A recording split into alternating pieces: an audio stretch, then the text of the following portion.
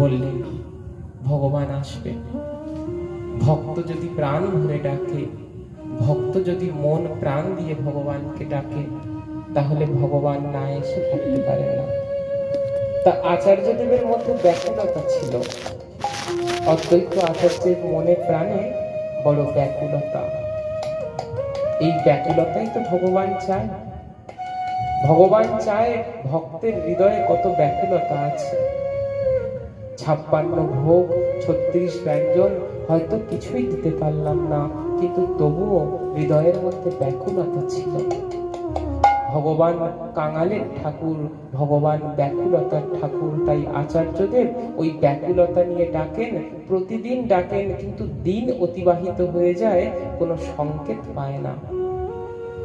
একদিন হঠাৎ করে আচার্যদেব যখন গঙ্গায় তুলসীপত্র দিচ্ছেন, তখন দেখছেন ওই গঙ্গার তুলসীপত্র গঙ্গার বিপরীতে প্রবাহিত হচ্ছে।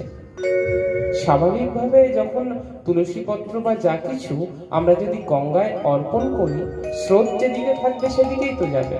কিন্তু না, আজ কি হলো, গঙ্গা তো ছিল শান্তিপুরে, শান্তিপুর থেকে গঙ্গা ফুলিয়ার দিকে বয়ে যায়, কিন্তু সমস্ত তুলসীপত্র নবদ্বীপের দিকে বয়ে যাচ্ছে।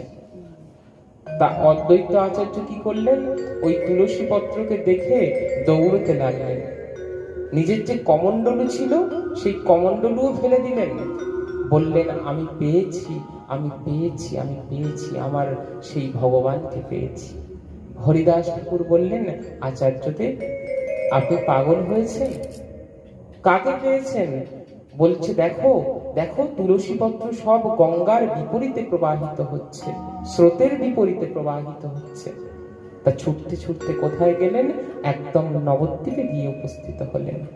দেখলেন নবদ্বীপে শচী মা সবে মাত্র স্নান করে উঠেছেন, আর শচী মায়ের যে গর্ভ, সেই গর্ভকে আকৃষ্ট করে সব তুলসীপত্র শচী মায়ের গর্ভে এসে ধরা দিচ্ছে। তা শচী মা কি করছেন দেখছেন, এই এত তুলসী পত্র, তো তাহলে তুলসী পত্র যদি চরণে লেগে যায় অপরাধ হবে।